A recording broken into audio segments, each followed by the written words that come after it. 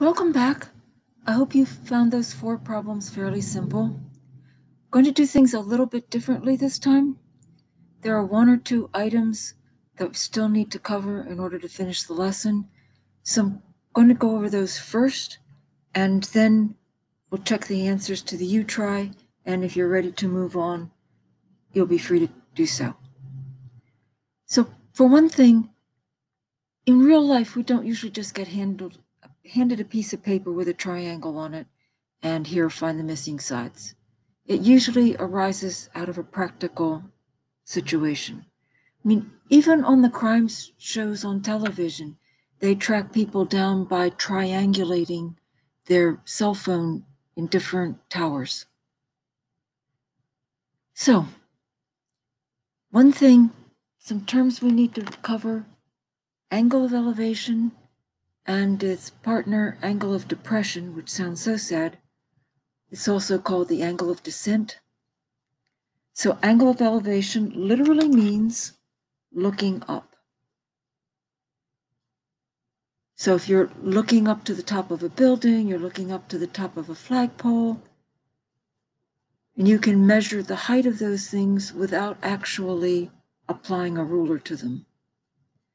Also, the angle of depression or angle of descent, that means the angle going down, as in maybe a plane that's coming down towards the airport, the angle at which it's descending out of the sky. Both of these are measured from the horizontal.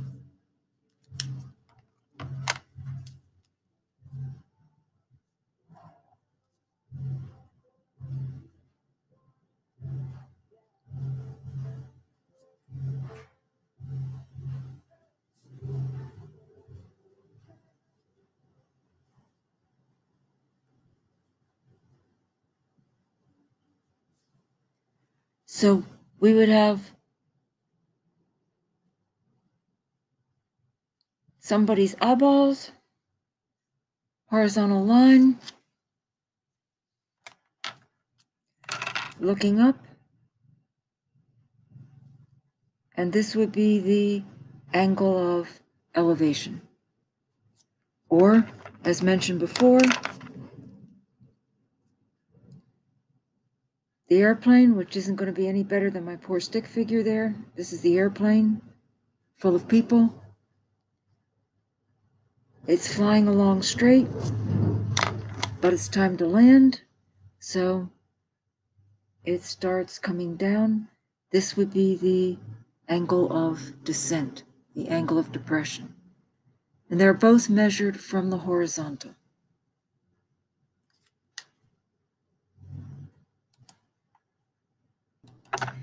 If you would please find the activity 7 sheet, applications of special right triangles. And the directions they suggest are good. Draw a diagram. If there isn't one there, then we're supposed to read the problem, interpret it, and draw the figure. And then we pick which trig ratio we're going to use, set up the equation, and solve it. And it says write your answers in complete sentences. And they want us to round all answers, this time to the nearest tenth of an inch, instead of leaving it in terms of square root of 2, square root of 3, whatever. They want us to do it more practically. So how about we look at number 3? Problem number 3 on this page.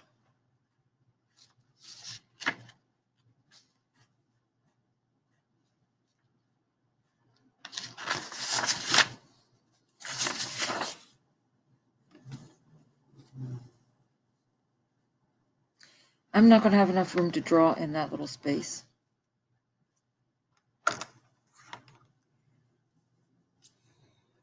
So we've got angle of elevation, looking up. Looking up at what? From what?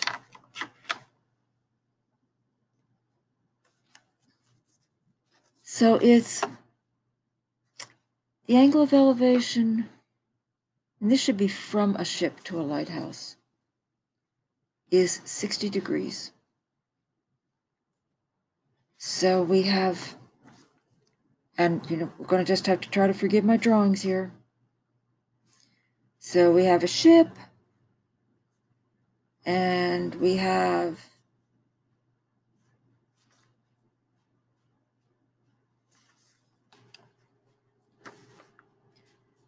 someone in the wheelhouse staring with the bottom of the lighthouse. And they told us that the lighthouse is known to be 90 feet tall. And the angle of elevation from the viewer's eyes to the top of the lighthouse is 60 degrees. From the horizontal, looking up. And the question is, how far from the base of the lighthouse is the ship? So they're asking us to find this side here. Now, they're making a big assumption here.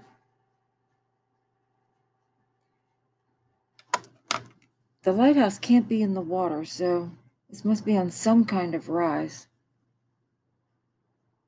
If it's in the water, it's going to get washed away. So this must be a pretty deep channel here to get the ship so that the captain's eyeballs are level with the bottom of the lighthouse. This is kind of a contrived problem. So we basically have a right triangle, assuming that the lighthouse is straight up. This is a 60-degree angle, which means this one has got to be a 30-degree angle. And they want us to find the length of the side across from the 30-degree angle. And we know that this is 90 feet, which isn't the side across from the 30-degree angle. This is the side across from the 60-degree angle. So we have ourselves a 30, 60, 90-degree triangle. You may remember 30, 60, 90-degree triangle. We can use the pattern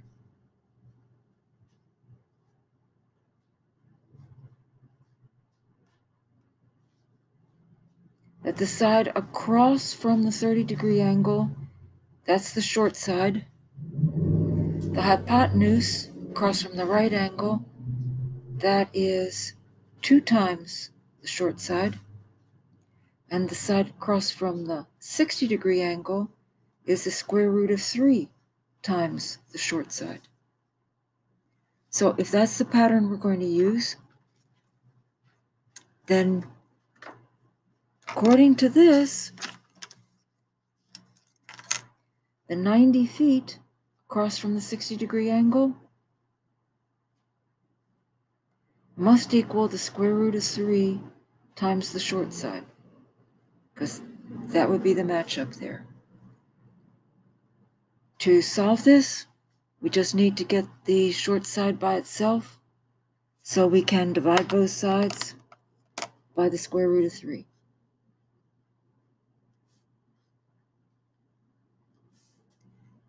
And we will have whatever 90 divided by the square root of 3 comes out to.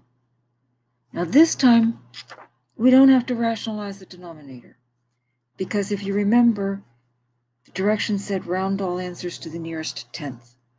So we're just going to put it in the calculator.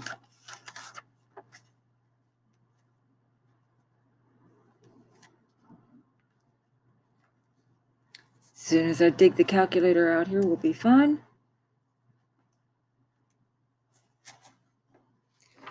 So this is a new calculator,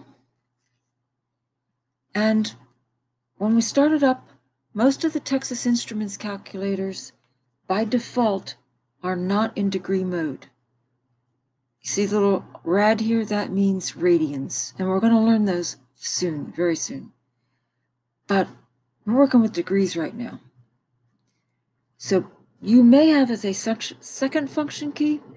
On this, it's a primary function. This DRG key is degrees, radians, gradients. So I'm going to press that, gives me a choice of degrees, radians, gradients. I don't want it in radians right now, so I'm going to arrow over to degrees, press enter, and now on the screen it says it's in degree mode. I know Mrs. Milburn reminded you about this. I just wanted to remind you once again. Some calculators just put a little D there. For some calculators, it's over here in this corner. But a good scientific calculator should have options for the ways of measuring angles. So just going to put 90 divided by the square root of 3 in the calculator, I hope. And for square root, that's the second function on the squared key. Should pop up as going to be taking the square root of 3. And we should close the parentheses. Enter. Now they said divide to the nearest tenth. Okay. So to the nearest tenth, that would be 51.96, but the 6 would make that go up to 52.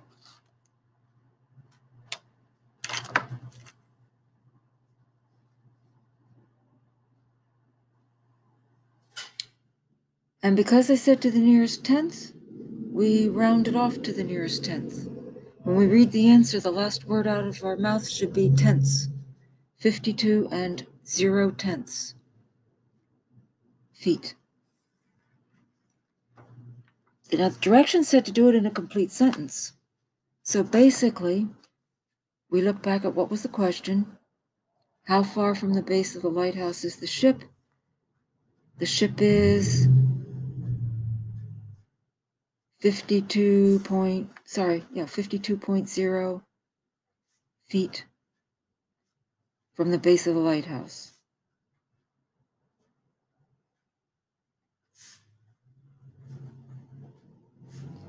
Now, a lot of mathematicians do hate to write stuff out like this, but it helps try to make sense of it to the rest of the world. Would you please take a moment and read number 2?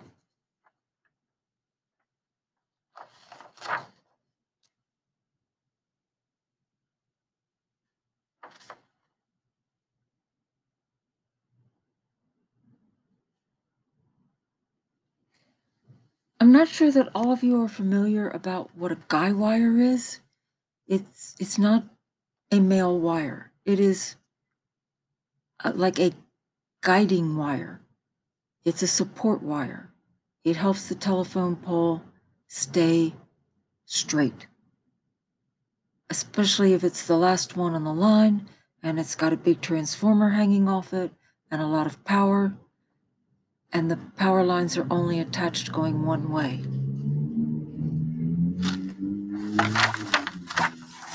So if we're drawing the picture for this, which I know is going backwards, looked at number 3 first, now we're looking at number 2, and I just dropped the mouse, so it went flying off there. So for number 2 here, the guy wire needs to be attached to the telephone pole. The telephone pole is perpendicular to the ground. So we don't have the telephone pole coming out of the hillside or anything. It's perpendicular to the ground. And it's supposed to stay that way. And they're going to attach a guy wire somewhere on the pole. Don't know where. And this supporting wire is going to make a 60-degree angle with the ground. So just suppose the guy wire is going up this way, 60-degree angle with the ground. And it's going to be anchored 10 feet from the base of the pole. So the wire is going to have, sometimes they have these big metal stakes that are driven into the ground, the wire's attached to that. And they often have more than just one. they'll have it arranged in a pattern to keep the pole balanced. So this is 10 feet right here. And they're asking, how high up the pole will the guy wire be anchored? So just wanted to get you established as to what the guy wire is. This is the wire coming down here. This is the telephone pole, which there are fewer and fewer of now. They put most of them underground. So you're asked to solve the problem. I just wanted to explain what a guy wire is. So it's time now for us to go check our answers to the U-try.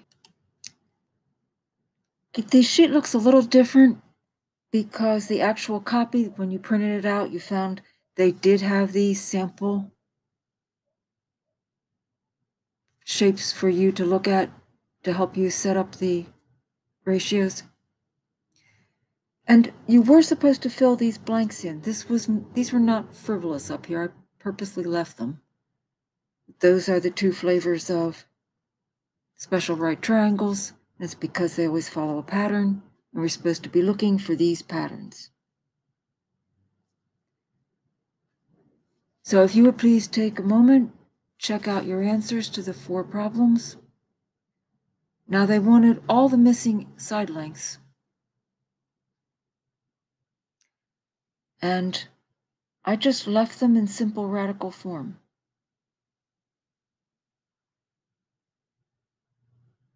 And most of these were very simple. So if you take a moment, please check out the answers.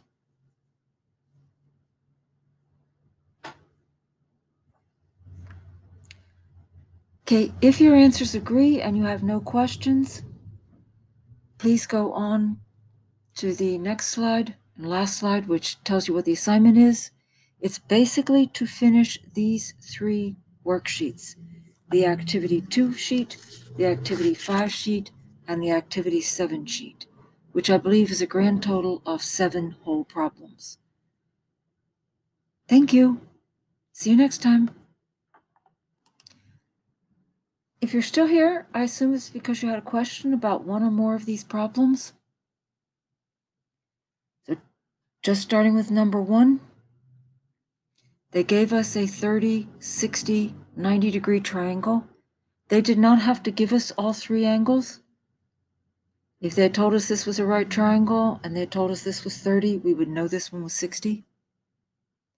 And we have the side opposite the 30-degree angle. So since they gave us the side opposite the 30-degree angle, I'm going to just call it S for short side. Up here they called it X.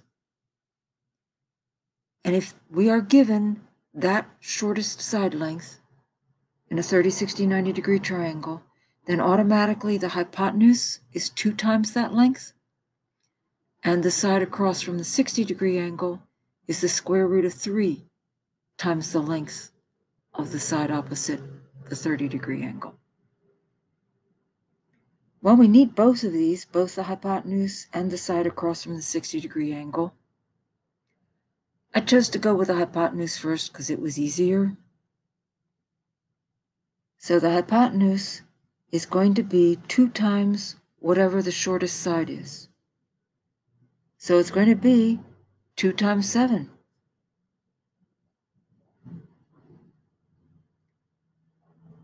I'm sorry, that's a 2. I couldn't even read it. That's a 2 times 2.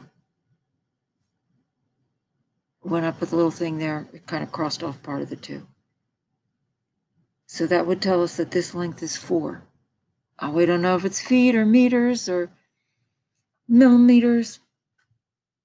This is 4, this side's 2.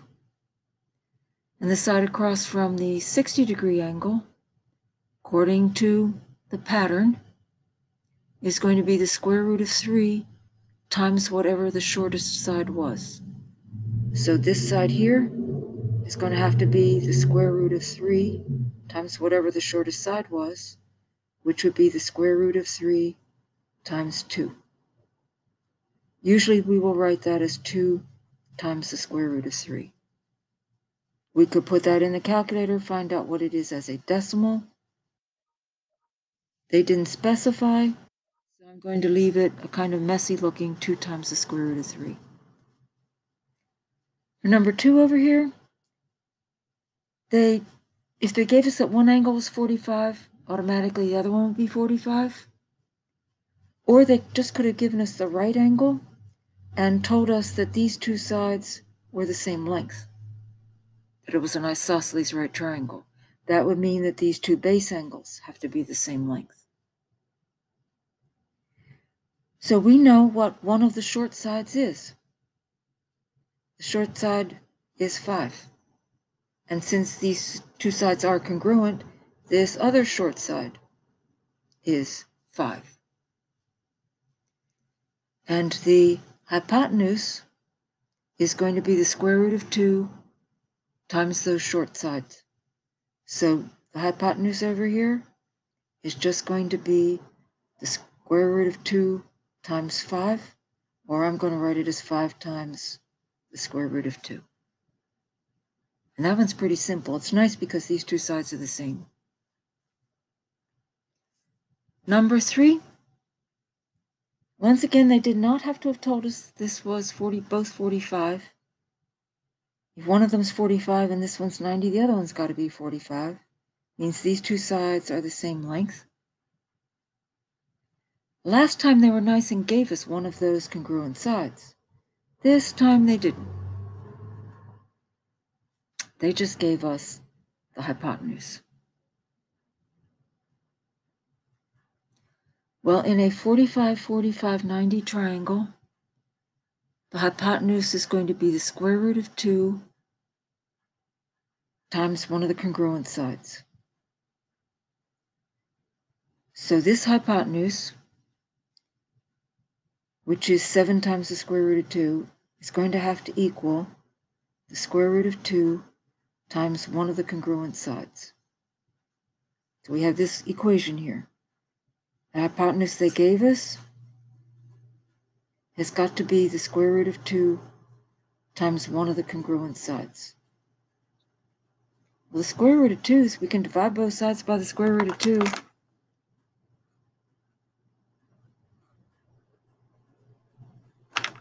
And they very nicely go away. All we'd have left is that the length of one of the congruent sides is 7. And if this one is 7, then the one over here is also 7. The ones that are 45, 45 are fairly simple. When we get to number 4, this is not 45, 45. It's a 30, 60, 90. And if they had given us the short side across from the 30-degree angle, it would be easy. But they didn't. They gave us the side across from the 60-degree angle. Well, the pattern is the side across from the 60-degree angle is going to be the square root of 3 times whatever the short side is across from the 30-degree angle. So this side here must be the same as the square root of 3 times the short side. Short side here across from the 30-degree angle. If we divide both sides by the square root of 3, which is not going to fit here, I'm going to have to move this over. It's 6 times the square root of 3 has to be the same as the square root of 3 times our missing side. And we can divide both sides by the square root of 3. And we get that 6 is our missing side, our missing short side. So this one over here equals 6. And on a 30, 60, 90-degree triangle, whatever the length of this side across from this 30-degree angle is, the hypotenuse is twice as long as that length. So if this side is 6, the hypotenuse is going to have to be 2 times 6. which makes the hypotenuse equal to 12 units. If you have further questions, please email me and we can work on them. As I said to the folks who may have left earlier, today's assignment is to finish the 3 activity sheets. Activity 2 has 2 more problems. Activity 5 has 2 more problems. Activity 7 has, I think, 2.5 more problems. Has 3 word problems. I hope you will have a good week, and please look for a short PSAT review as the second assignment of the week. Thank you.